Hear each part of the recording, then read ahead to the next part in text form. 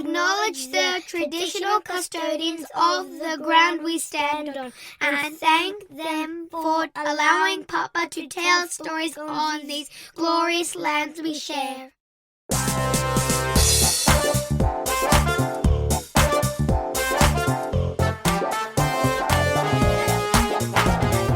Our guest on this episode of Three Food Memories is an actor, writer, late-in-life mum, taboo tackler, truth teller, hope giver, and someone I call my Philanother. Oh.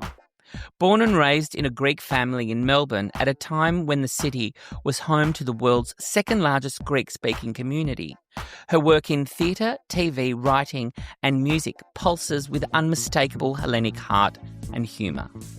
Like the ancient Greek storytellers, she can have you in stitches one moment and hold a mirror to your heart the next. To quote her iconic alter ego and cultural queen, Effie, "My parents came here with nothing and raised me to be everything." How embarrassment? Far from it. Mary Coustas, hello, good thanks. Hi, Sava. How are you? I'm good. Welcome to Three Food Memories. Now, I want to congratulate you. You are our 10th guest on our 10th episode. And I think of a very, very famous quote or verse from the Bible. "The thief comes only to steal and kill and destroy. I have come that they may have life and have it to the full." And that's exactly what you've done with menopause, showing us that menopause is not only a biological milestone, but a true rite of passage. Well, it didn't feel like that at the beginning, but, I'm a lemonade maker. No matter what I get chucked, I've got to try add some sweetness, at least some jokes, and maybe, some sort of enlightenment through the darkness, So, yeah, I had a terrible time with menopause, but then I had a terrible time with racism, and that built a career for me. So, I'm good at taking bad stuff and turning it into something good. You've shown us that menopause is not something we should fear or get lost in. Rather, you invite us to embrace this stage, to expand rather than to shrink. Is that what you did with your own menopause experience? Yeah, not at the time. At the time, I was completely ill-prepared. I didn't know what I was feeling was due to menopause. I'd missed perimenopause because I did 23 IVFs in that decade. So I didn't get the ugly, bloodied trailer that most women get during their 40s with perimenopause. So I just cut straight to the movie. And because I became a mum at 49, I thought what I was feeling, because I became a mum and then hit menopause, what I was feeling was due to the fact that I was a new mum. And then the pandemic hit, and then I thought the world was going through menopause. So I siphoned a lot of the things that I was feeling, like my heavy-hearted nature, which was not typically that, my heart palpitations, my anxiety to the pandemic. And then when we started to come out of that, I wasn't coming out of those symptoms that I was suffering through. And I came to my own conclusion that it had to be menopause because I was eradicating everything else it could have been. And as a woman, you're accustomed to a lot of discomfort physically. Because, from periods onwards and then pregnancy, or at least trying to get pregnant, and then after giving birth, it's just a very fraught physical experience that has, a lot of awe attached to it and a lot of miraculousness attached to it, but it's arduous. And I felt for the first time in my life so burdened in a way that I'd never felt before. So I'd gone to a doctor, and my doctor was reluctant to tell me it was menopause. So I had to Why pretty was he much reluctant? look. I think they're often putting it down to maybe depression rather than depletion. I was depleted. As I say in the book, Elvis had left the building, and hormones are king. We don't know enough about them, but they're king. And the show couldn't go on because Elvis was not there. So I had to insist on my doctor. At this point, I'm in my late 50s, and I'm insisting to my female doctor that she check my hormones because I'm pretty sure it's menopause. Because there are so many symptoms, often people are experiencing different ones. Had your doctor been through her own? No, I suspect she was going through it. Right. So there's no one. So it's kind of the blind leading the blind. Yeah, and it's not intended to be that, but they do very little studying on menopause at medical school. So you've got to go to a doctor that's shown interest in it, essentially. So this is what I'm discovering. Menopause is a very potent and human experience. And up until recently, as you've just said, there's not a lot of it in literature. There's not a lot written about it or No. researched on it. No. So it's been written out almost much the same way as the Virgin Mary has been written out of, the Holy Trinity, which is strange because she did all the heavy lifting. And women do. We're strong. We're strong because we have to be, because there's a lot thrown at us, both in terms of wanting to, become mothers for the ones that do. I thought my heavy lifting was over with IVF. I thought I'd pretty much done a decade of a lot of heavy lifting. So we're talking the Da Vinci Code here, aren't we? Yeah. It was a mystery that I had to solve on my own. I felt pretty isolated. And for the first time in my life, I retreated. Normally when I have a problem, I reach out and I look for answers. And I felt completely alone with this because it was something I couldn't get my head around because my head wasn't in the game. You are brain fogged a lot of the time. And so I just felt like it was something I needed to solve. Look, I thought it was grief, what I was feeling. That was the thing that overwhelmed me more than any of the other symptoms, more than the heart palpitations, more than the anxiety was the grief. And because I'd lost a child, I was accustomed to grief. So I thought, but it's a steroided version of it. So yeah, it was a horrible, horrible time. And as soon as I could identify it as menopause, and once that was confirmed by the blood test that came back, and then I thought, well, I know what it is now. Now I can, go about sort of getting treated for it. And it's not difficult, You've just got to put the hormones back in. That's what helped with me. Why did the diagnosis take so long? Well, it's a bit of a taboo subject. Women have always spoken about feeling invisible during this phase, this natural part of life. And I think it's because, one, we retreat, two, because not enough is spoken about or written about. And when you stop making eggs, you feel like, I'm not relevant or I'm not productive in the way that I was designed to be anymore. And yet there's such a liberated opportunity in that time, as long as you're feeling okay physically and psychologically during that era.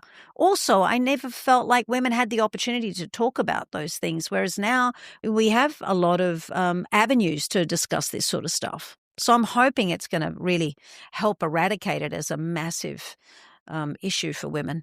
How's the book been received? Yeah, people love it. And I think what I'm most proud of is, there are quotable things in the book so people can put language. And I think if I do anything really well, it's that I'm able to take hard things and put them somewhere where people feel like they can manage them and repeat them and understand them in succinct, funny, quotable ways.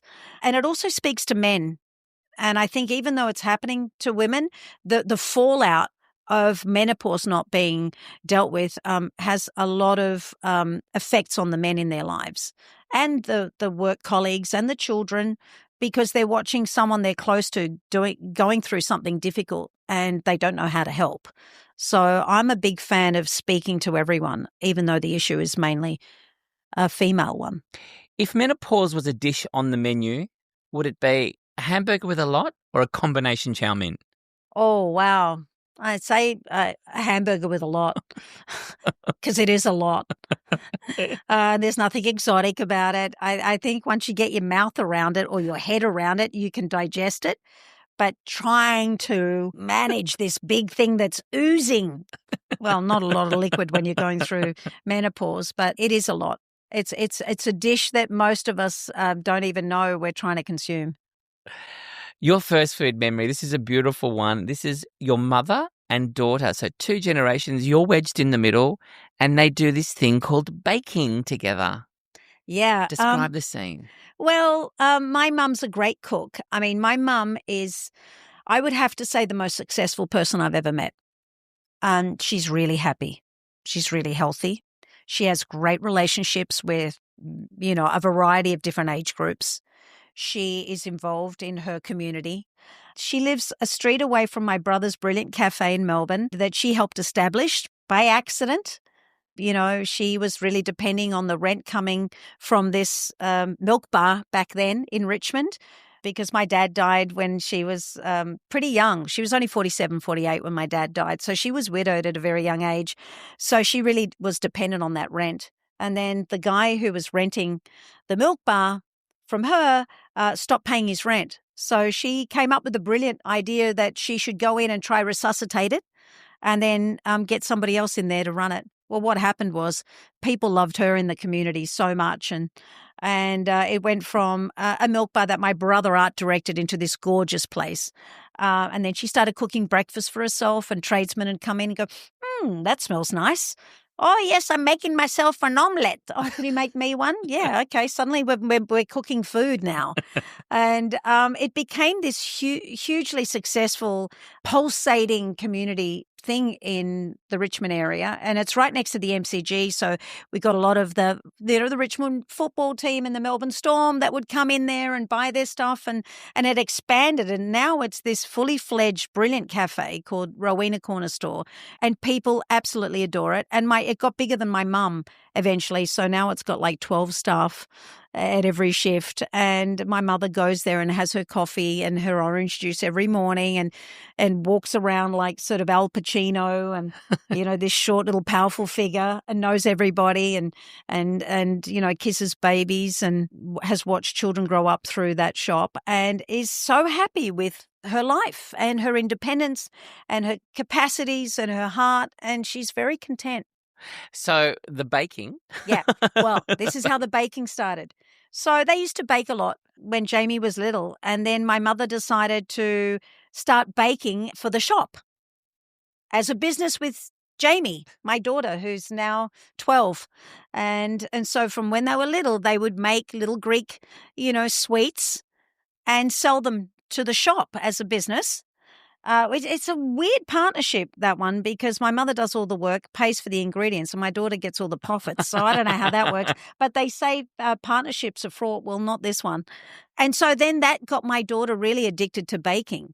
And so the two of them from a very young age, from when my daughter was little, and I used to get her one of those really high chef's hats, which look so cute.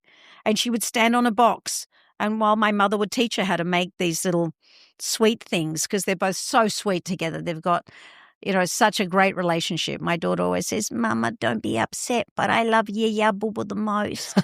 And I'm like, that makes me really happy. My daughter started baking for a friend of mine who's got a great place in Neutral Bay, and she makes cakes for her. And now she's going to start making cakes for the cafe next door. It's brought out a real entrepreneurial spirit. Meanwhile, the business in Melbourne is run still by my mother very happily. I've got some dosh for you. Oh, yeah, don't you worry. We're the rich, I tell you, rich. So I love that relationship between the two of them. Describe the synergy between them. Well, my daughter's quite strong, so she likes to run the show, and my mother is very accommodating. If you want a great sous chef, you want my mum. She's used to the temperaments of these, highly strung chefs. So when my daughter's doing something, and all right, Dimitra, you're right, I do it like that, even though my mother's supposed to be teaching her.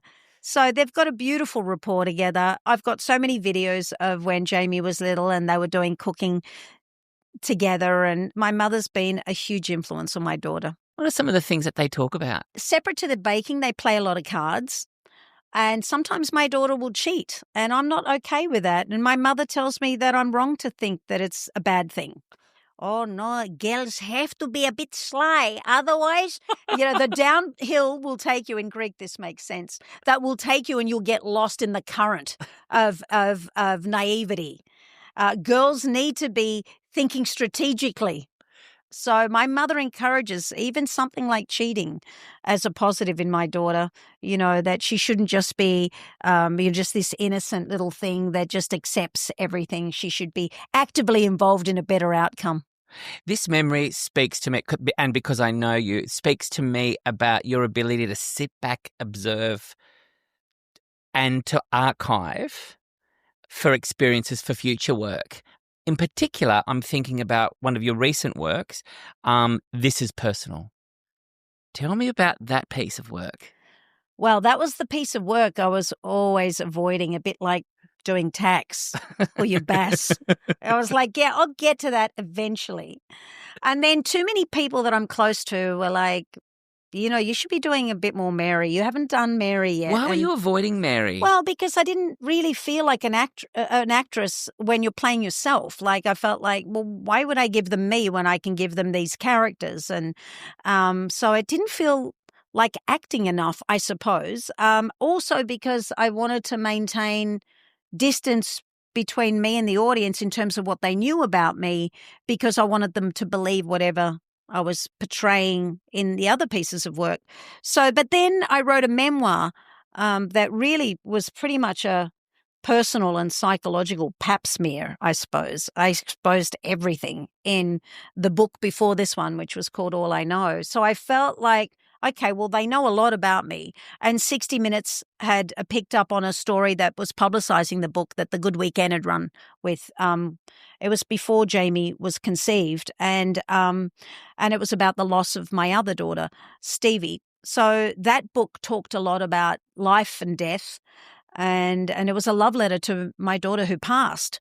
And it was hugely well received, and yeah, The Good Weekend ran with it as a 5-page extract, and they put me on the cover. And 60 Minutes, the team from 60 Minutes had read that on the Saturday, and then Monday they called saying, well, we want to tell the story on television.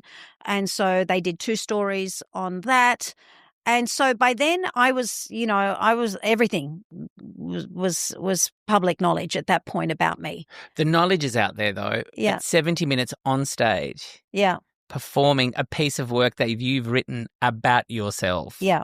Surely there's waves in it where you go, shit, I've gone too far here. Yeah. Yes, totally. So when I was putting the piece together, the Opera House were looking to do 3 one-woman shows, and they approached me to do a show. And I thought, great, I'll do a character piece. And they said, no, as you. I was like, oh, God, how do you do that? And then my best friend is a great movie producer, and she's like, it's time to do Mary. It's time to do Mary. And I was like, yeah. And then my husband was like, you need to start putting yourself out there a bit more. Stop hiding. You've already given them everything. Like, put it in a form that you can entertain them with and touch them with, live. Wasn't he worried that you were going to expose him as well? Oh, God, no. He's got nothing to hide. He's like, well, 60 Minutes got everything, so you might as well bring some laughs to it. And so we put together This Is Personal. And it was one of the most difficult things I've had to do because, of course, it was bringing the story from the very beginning of my life all the way to now. And it was what shaped me, essentially, the characters that I grew up with, the relatives that were great storytellers and great characters that I was dying to play, and how, my mind was always looking to capture these gems and put them somewhere where they mattered, not only to me. And so the show really started with my working class roots and my relationship with my father, and how my father's philosophical lens informed mine.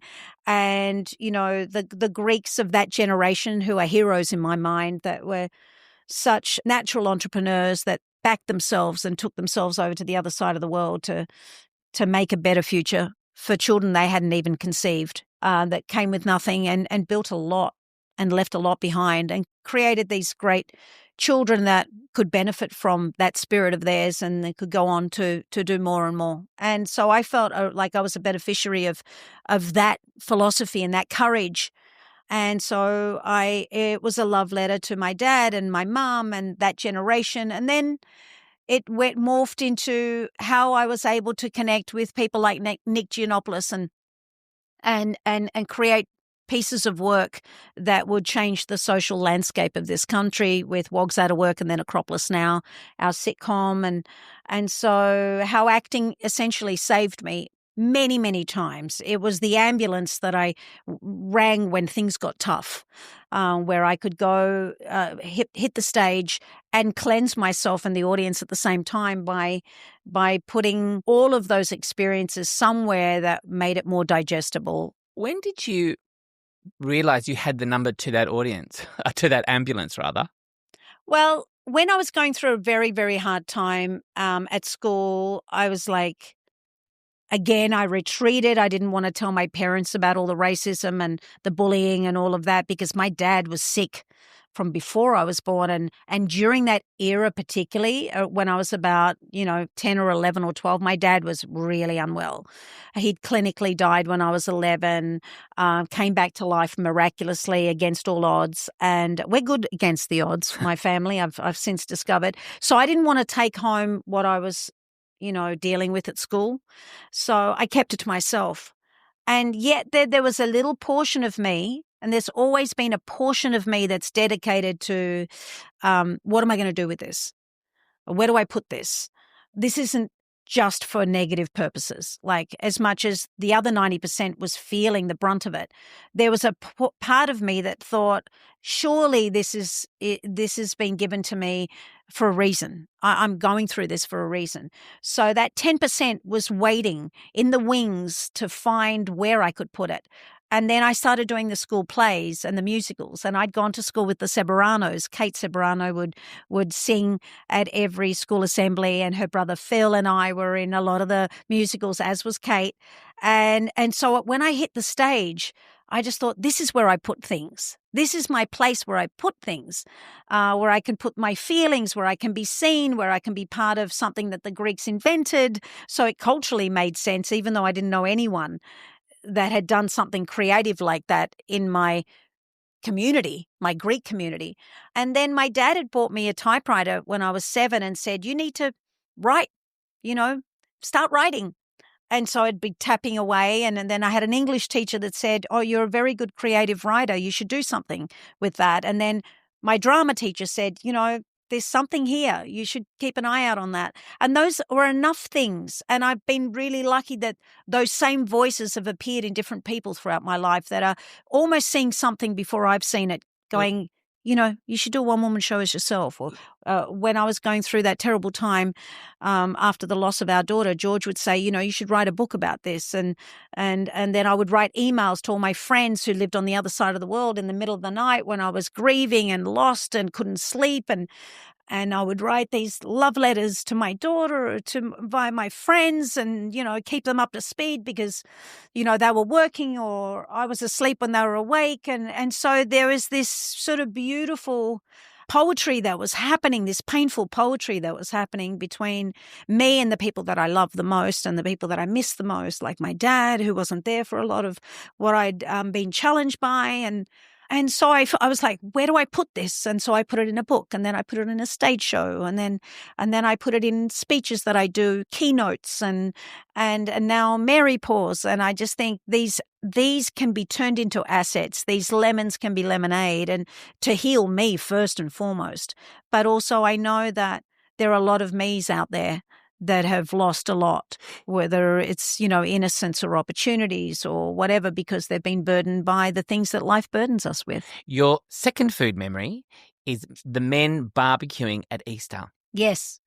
Well, I wouldn't say barbecuing. I would say putting a lamb on the spit and manually turning that thing for hours and hours every Greek Easter. So the men of your tribe would do it manually. They didn't have the motorized. Well, back then it wasn't in existence. Back in the 60s and 70s, it was a wheel from a bike with something attached, and they would turn it, and that would turn the lamb, like a spit. Obviously, round and round, and they didn't mind. We had an uncle, my dad's sister's husband, who was a real foodie. He loved food, and everything was about food. And my father would despair because he'd want to have a conversation about something important, and he couldn't. He'd say, Yanni, his name was. He would say, Yanni, what do you think about what's happening politically? Oh, in Greek, he'd say, oh, they're all, you can't trust anyone, and they're just trying to make money out of us.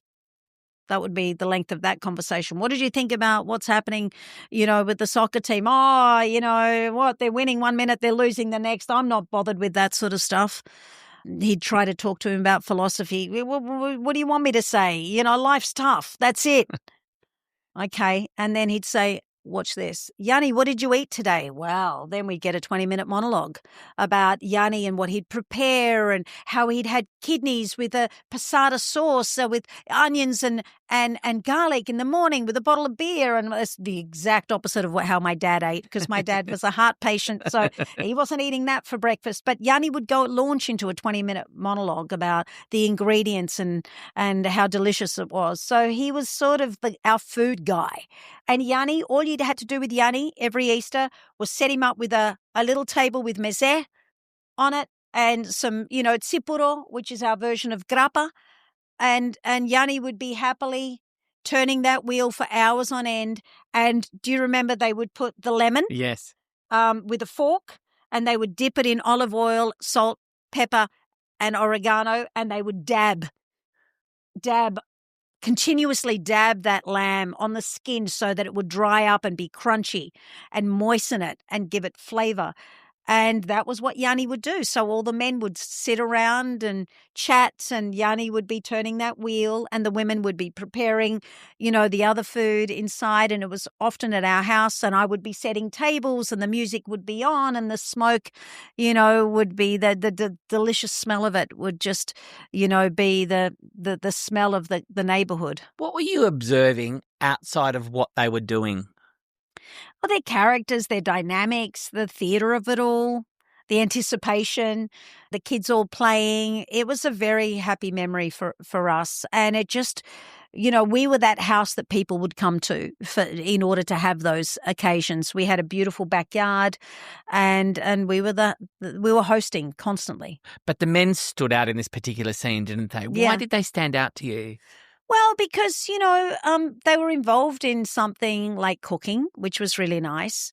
The conversations were always great, obviously in Greek, but, Greek was my first language. So I loved how they used humor and intelligence and how bouncy it all was. It just sort of felt very natural to have all these different voices like a symphony being surrounded by, a lamb on the spit. And I loved it. I absolutely loved it. I've always gravitated to men. I love men. My audience, you've seen all my shows. Oh, yes. Yeah. It's not, it's 50-50 and sometimes tipped over by the gay community even more so. I've worked really well with men, in the early part of my career. I was always the only girl. And so I am very interested in their point of view. I don't always agree. I think that sometimes they're conveniently oblivious to what, women need and the power that we bring. But I think I represent in that male dynamic. I think I can represent, the chicks, my pussy posse really successfully. George, the best husband in the world, according to you. Yeah. He's not that easy, but then I suppose neither am I. He never got to meet your father before he died. No. What do you imagine their relationship would have been like had he? Just before I met George, I was talking to my manager, who I've had from the beginning of my career, and is my most successful relationship. We're about 35 years in, and we're still killing it. She said to me, "Be careful you're not trying to find your dad in a man. I think you've got unrealistic expectations of what's possible, because my dad was such an evolved human being, unexpectedly so. He was really, truly modern, profound, open, he was one of the most accepting people I'd ever met. And so I was like, okay, well, maybe I can't find that, because I did want a teacher. I do like someone that pushes me to evolve. And so George is that. He's not my dad, but he really can see more than I can at times, and pushes me towards things that are difficult. And he aids and abets me. And yet he's my biggest rival at times. We're like two heavyweight champions. When we fight, it's on. He's a strong man. He's had a big life, and I've met my match. And when it's great, it's unbelievable. And when we butt heads, it's on, But I can handle it. So going back to the menopause, knowing what you know about men, your lived experience, how would you say they would navigate the change in their female counterparts if they were better informed? Men? Yeah. Oh, yeah. Well, okay. Well, here's the thing.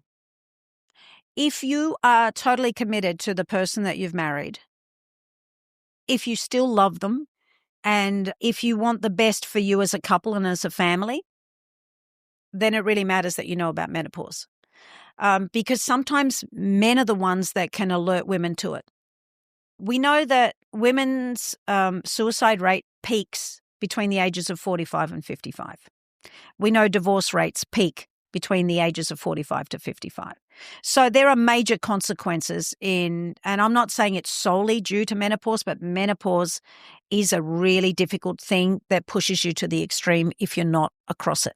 For some women, it's not difficult, but for plenty it is. So I think for men, I don't like to look at women as damsels in distress, but I think we are in major distress during menopause. And if they want to be the prince on the horse, that's the time. We probably don't need it before then. But if we're brain fogged and we don't know what is happening to us, and if we're lost because we've lost our hormones, and that causes every organ to be in deficit, and you feel ill-equipped to problem solve, and you are full of rage and full of confusion and full of panic, then someone that you love should be able to step in and go, hey, what about this? Or in a very proactive, beautiful, loving way, without judgment, be able to shine a light on something that it feels pretty dark at times. I think a big part of healthy loving is assisting people to get through the hard things and then celebrating the wins together. That is a great opportunity to love well. And we all deserve to be loved well. So we need to be that for others as well. We can't just expect that just to be for us, because men go through a hard time in middle age as well with their own hormonal challenges, which you can spot through piercings, tattoos, motorbikes, younger lovers, whatever. But yeah, I think men get lost in that time as well. Whereas women retreat, men put themselves really out there, don't they? Yeah. Speaking of putting themselves out there, I want to talk about Australia's, well, probably the world's favourite malaproppist, Effie. Yes. Through Effie, you've reshaped how Australia identifies belonging and the gloriousness of being too much and up yourself. Where did she come from? Well, I suspect she was always in me. Because I felt like if I'm to be completely honest, I think I might have been Effie when I was living in Collingwood when I was a kid. Certainly very fashion forward, very into my hair. Certainly the confidence was always in me, and the community consciousness and the being part of something super exciting and making hard things, part of my identity. Yeah, I think Effie was always in me. But then I moved to the middle class, and then the Effie in me was my enemy. It made me too noticeable, I think. And so that was slapped out of me momentarily. What was your intention with Effie in the very, very beginning? My intention was to create heroes out of the community that had emboldened me. So I felt like there was a lot about how I grew up that was common to so many, and yet those characters were not visible on any platform, not in advertising, not in music, not on television did I see people like the ones that I was enamored with, the ones that I was born from. So I sort of felt like it was my job to start putting that out there. And luckily, I then met Nick Giannopoulos and George Kapanaris and Simon Palomares, and they too felt the same. So then Wogs Out of Work was created, and then that changed everything. Isn't it interesting that what you were picked on at school, what were you made to feel not yourself and excluded, is the one thing that sort of gave you the biggest lift up? Well, I think that we're talking about this so much more now, about difference being, our superpower and being the asset that we can run with. We talk about authenticity nonstop. We talk about resilience nonstop. We talk about, diversity a lot now, thankfully. But we grew up with that stuff, though. Yeah, we didn't did. Yeah. Well, but the words weren't there. We Right. didn't know, the categories weren't there in a positive way to be able to put it there. Do you think we somewhere. needed them? Well, we might not known we needed them. I know at times I wished I had, thank God for Madonna, thank God for George Michael, Oh, yes. thank God for these people. But they were international stars and they were music stars and they were art directed brilliantly and they gave us soundtracks that changed the world and certainly our world. But yeah, if you don't have what you need, then you need to go and create it.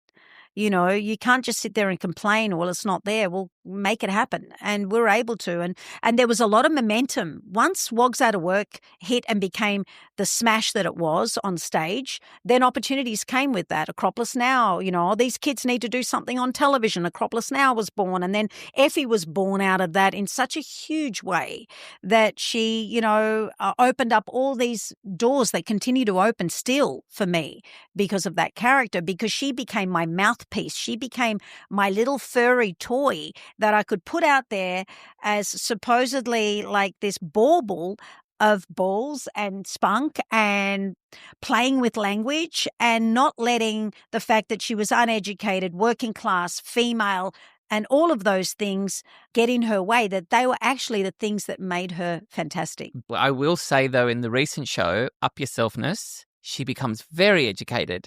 So while you created Effie gave you a megaphone to what you wanted to say. Totally. And I use that megaphone at every opportunity.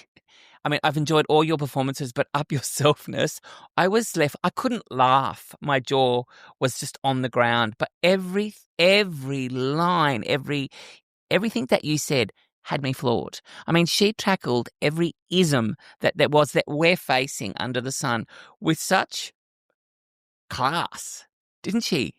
She did. Well, I felt like I needed to address the elephant in every room. And isms have built my career. And the latest ism, which is, like the whole political correctness and the woke thing, is something that for a person that uses freedom of speech very liberally, like I always have in my work, and I just felt like that was a condom people were trying to put on expression. And I argue both sides. I argue freedom of speech and I argue political correctness. Of course, freedom of speech wins in that argument, but you get to hear the whole story. And Effie, if anyone should be worried about possibly getting cancelled, even though in the deepest part of her, she believes she's cancel proof. But according to what the sport of the day is, which is cancelling people, that's the new, pickleball. Like, let's put Effie there as a possible person that could be cancelled because she's never been good with language, and language has become everything now where we're having to really be careful about the words we use. There are new words we need to be using and we need to use them like this. Well, Effie's never been good with English. She's always said the wrong thing in her own way, but her intention has always been good. And that's what she's standing up for, and that is we're humans first. And if there's one thing we know about human beings, and that is they're flawed, they're clumsy, they're trying to make a joke about something. They're well-intentioned, most of them. They're trying to make a joke about something that's misread, or they haven't got the latest information on what we should be using, because that's changing, on such a regular basis. So I thought she was the perfect person to talk about all of that uncomfortable stuff. And the show does get uncomfortable at times, as you know. The show starts from an uncomfortable place. Immediately, like the third line in, I feel my audience go, whoa, okay, there was no foreplay. What? We're already there. But that's what I wanted to do. I wanted to say, okay, we're on. Let's talk about this. What was the message that you wanted to deliver to the audience in Up Yourselfness through Effie? I think it's the same message every time. I think maybe I've been pushing the same message Agenda. the whole time. And that is, we're individuals made up of a lot of different things, where you were born, who your parents were, what your cultural background is, what your sexual inclination is, where you were educated, what your job is, what your body looks like, what your, so at the end of the day, we need to be a lot more open-minded and a lot less judgmental, because we've become reactors. We just refuse to think these days. Like it's, oh God, do I have to think? Oh, that's hard. That hurts. Oh, I don't have the time to really think. Let me just react. That's easy. Let me just have an opinion based on stuff I really don't know about. We're not prepared to say, I don't know. We're not prepared to ask more questions. We're not prepared to trust our instincts. And I'm speaking very generally, right? But I suppose at the end of the day, I want people to be seen for, the human that they are in, all its glory and all its ugliness. And I want us to be free of that burden of having to be one thing and one thing perfectly instead of many things that is complicated and flawed and interesting and all of those sorts of things. So I felt like that we did that with race with our shows. They got to know the characters. So then the messaging was in amongst the characters. But you made these people not scary. You made them safe. You made them safe spaces. Yeah. Like, let's not fear the wogs. They're actually quite funny. Yeah. And they're just like us. Yeah. And I'm not into the tokenism. I think that if people, I remember getting up at this political event many, many years ago in Melbourne, and remember that when the word tolerant was really new to the mix. It's like authentic now.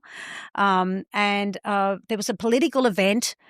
It was something like Harmony Day, something sweet like that. And Effie was going to get up and speak, and there was a politician that got up who was not ethnic, or and spoke about tolerance and the importance of tolerance. And the word tolerance or tolerate feels like it's a bit of an effort. Like it's good in theory, but it's like, oh, I have to tolerate that.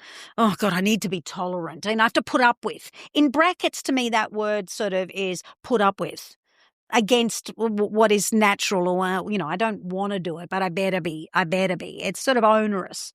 So I've been listening to all this PC stuff, and this was before PC was really, having its moment. And I got up and I said, guys, just want to say, if you have to tolerate us, don't worry about it. As Effie. We're good. As Effie. Yeah. If it's an effort to be open-minded, when the benefits are so huge, to be open-minded is just to literally expand your own character and your capacities. It's actually the most exciting thing in the world to be open-minded. And the audience's response? And look, I tell you, the pollies were like, whoa, hold on, you just undermined what, like my speechwriter went to a lot of trouble to write that one-dimensional speech about, and I just spoke from my truth, which was, which is Effie's there's truth. so many benefits to us and to anyone that's different. Define art to anyone that's different. Yeah, anyone that's, unique and special, and because we all are, but to find other flavors out there of what your taste buds are screaming for.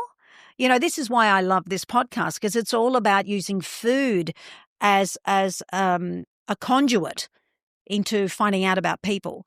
And if it wasn't for restaurants, and if it wasn't for us being lucky enough to live in such a diverse country where we can literally taste the flavors of all these beautiful cultures, and characters are that for me.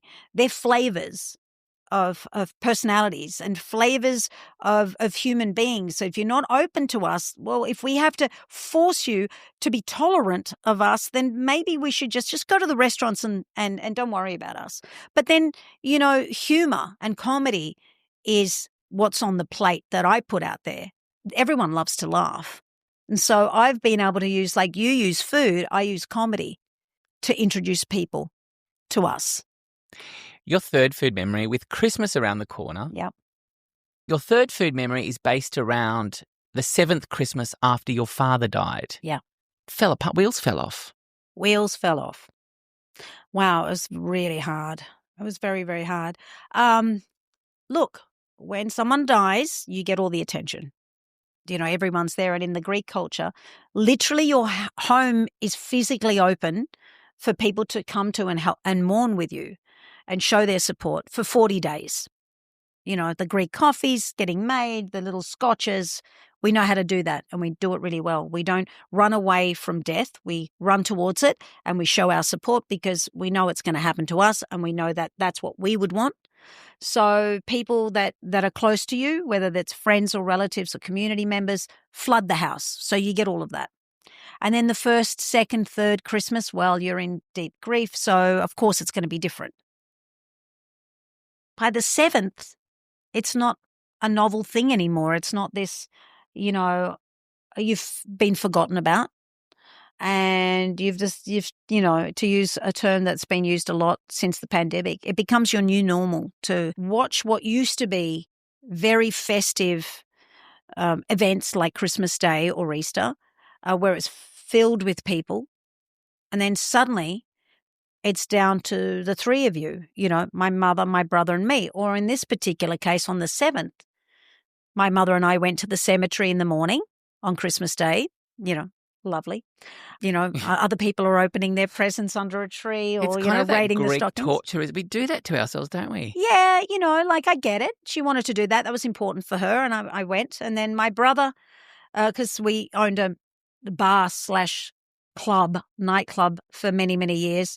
And the night before, I think we must have been open. And so my brother came out late morning from his bedroom and said, I'm going to Amanda's for lunch.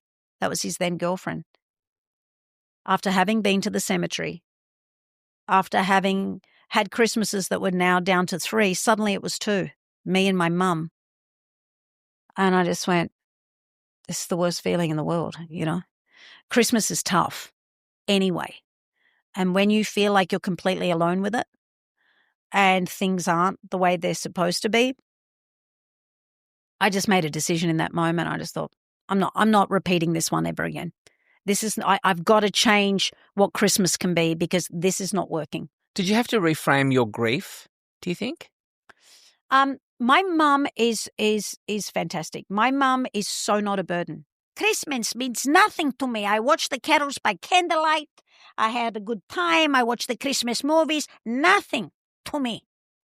So I said, who do I love that would be feeling like I'm feeling today? And that was my besties that had either lost a parent or never had a parent or have fractured relationships with their own family or are physically in another part of the world or another part of the country. So I just said, right, from now on, we're doing Orphans Christmas. Let's redefine it. Let's run with the chosen family. My brother jumped on board. Yep, okay, let's do that. Reached out to all my friends. And from the 8th Christmas onwards, it was just us. My mum, if it was in Melbourne, she was obviously included. She's really close to my friends. If it was in Sydney, because we decided to do it somewhere else, then she would be at home, happy in front of the telly, not depressed or anything like that. At least my kids are having a great time. I'm cool. I peaked last night, watching carols by candlelight. I'm good. And so, yeah, we redefined Christmas and all of us would make different things and we'd have a feast and oysters were bought and different toppings were put on oysters and lamb was cooked or turkey or whatever it was that we were cooking and a million salads and desserts. And suddenly there'd be a banquet, of edible, delicious And people. food and people that knew me, that I knew, that there was no hiding. We all knew that it was a complicated day and that we had each other and we would get through that way. You grew up knowing that your dad's death was imminent. It could have happened at any time. Yeah. Yet through all of this, you've had some enormous victories. You've always been up against the odds. Your dad dying, your struggle to break into television as a non-white Australian, living with George's custody battle. Yeah. Your IVF setback, your miscarriages. I mean, your resilience and ability to reinvent has really saved you. Which one of those experiences would you say nearly broke you? Yeah, definitely the loss of my daughter. My daughter was stillborn, which was really,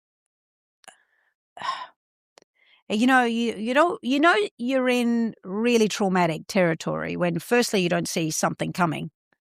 And secondly, when you never even dared to imagine something like that. And we've all got our traumas. For me, it was the antithesis of the dream, and death and life arrived in the same moment. So my waters broke, and it took me 2 weeks to go into labor. I was hospitalized during that period in a maternity ward with mothers and their babies, and bunches of flowers and relatives, oohing and ahhing over these beautiful babies that were born in rooms next to me. And there I was, hoping that my daughter would survive, only having 10% amniotic fluid left. And expert after expert, specialist after specialist coming in and telling me what we would inherit if I went into labor. On that day, the following week, what compromises had been made to my daughter, yet my daughter was still alive. And so I had my brilliant doctor, VJ Roach, who would come in with an ultrasound every morning and every night before he'd leave and show me that she was still alive. And yet I knew that it wasn't looking good for us. But she was, as long as she was still alive, there was still hope. And then on one particular morning, I woke up and I knew without a doubt that that was the day that it was going to happen. And at about 5 o'clock that afternoon, I started feeling a clenching that I'd never felt before. And what I didn't know, because I hadn't done any of the birthing classes at that point, was that I was going into labor. And so my grief counselor, who was one of the most incredible humans I've ever met, was called, as was my doctor. And they came in. George was there. And they took us into a birthing suite. And my favorite midwife was with us. And essentially, I was told by VJ that my daughter was alive but wouldn't make it out of the birth canal alive, that she didn't have the lung capacity to survive that. And so that was very, very tough to hear that. But my body it was happening, like I was in labor and I was about to birth her. And then, that was really confronting, the antithesis of the dream. And I'd already done 17 IVFs at that point. And so I didn't ever imagine I would be in that situation, yet 6 families or couples lose a child, have a stillborn every single day in this country. And I became one of those 6 on that particular day. And so my daughter was born. I was scared of what I would see, and she was perfect and beautiful. And she was placed on my chest. And I got the next 24 hours with her. And then even to complicate matters even more than that, I almost died myself because the placenta had adhered so aggressively that it was almost impossible to remove. So then I was taken, after I'd had some moments with her, she was placed next to me and I was whisked down into the operating theatre, and I had to have 3 blood transfusions to try remove the placenta. That bit you don't get in the movies. And then I went upstairs and I was told by my grief counselor that my mother held my daughter, which was so important. George, on the other hand, couldn't. It was just too much for him. And this is where my heart breaks for men. While he was in awe of how women are, even in the most difficult of circumstances, to be able to hold that baby and love our daughter, he couldn't bring himself to do that because he felt completely impotent. He felt like he couldn't save her. He couldn't save me from that. He couldn't save himself from that, because men feel like that's their role, that they've got to, be able to solve a problem, to be able to be of value. He stood and watched while this all happened, and completely devastated, as much as I was. And my heart broke for him because, he felt he couldn't do anything to help in that moment.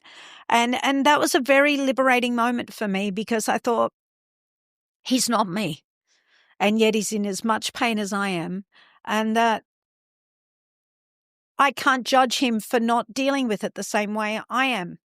If anything, it made it harder for me to do that because I saw how excruciatingly difficult it was. He couldn't hold her. He couldn't look at her.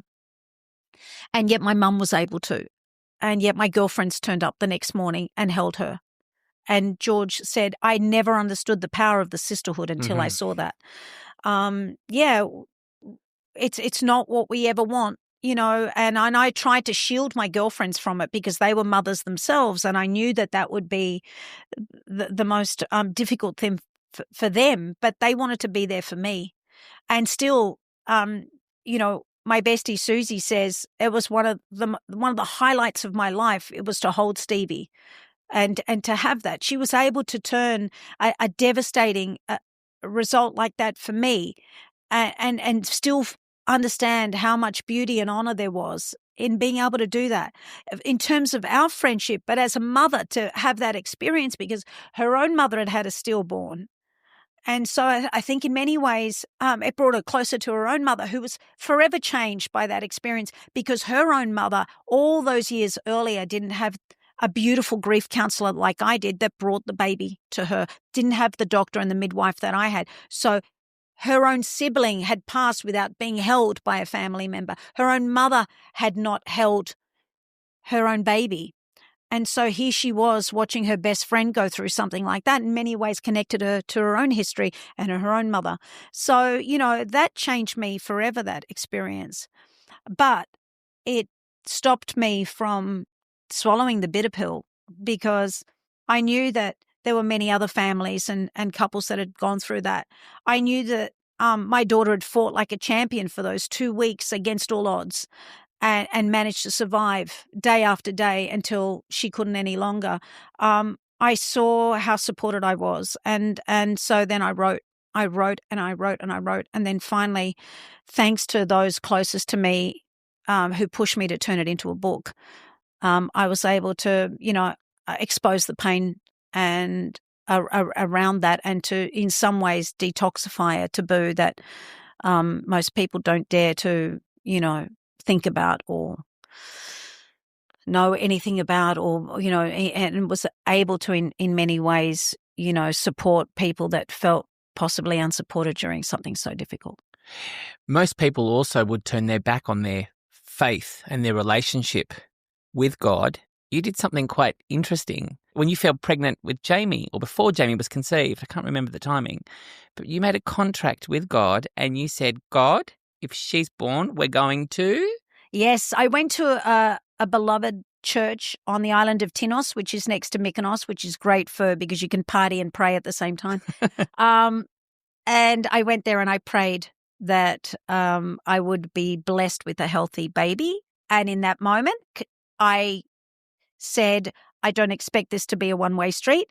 If you bless me with a healthy child, I promise you I'll come back here to christen it. And we did. 72 of us went back, 5.5 months after Jamie was born, and went back and christened her at that same church and partied like it was 1999 in Mykonos for the 5 days that we were there. So, yeah. We have an MFK Fisher Serve It Forth tradition here at Three Food Memories where our previous guests forwards you a dish. Gorgeous broadcaster Indira Naidu would like to serve you kangaroo meat. Yes. How do you feel about eating Skippy?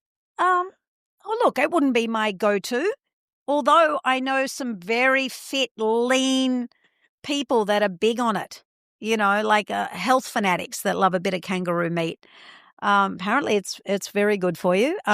Yeah. She's serving you a kangaroo burger on soft potato bread roll with lettuce, tomato and pickles. What would you like to serve our next guest?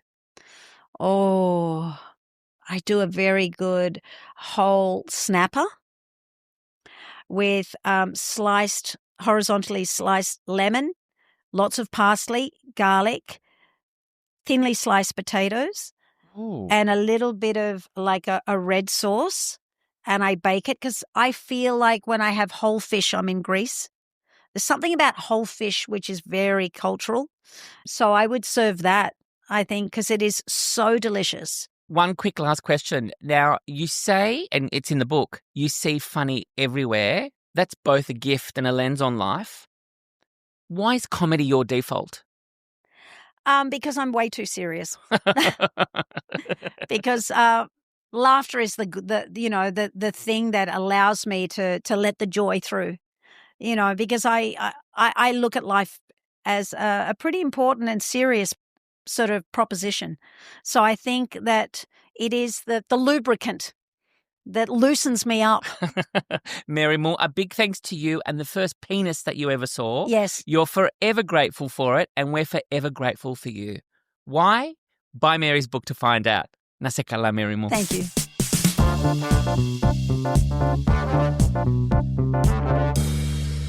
That's it for this episode of 3 Food Memories. Be sure to share the plated love and check out our 80-plus back episodes.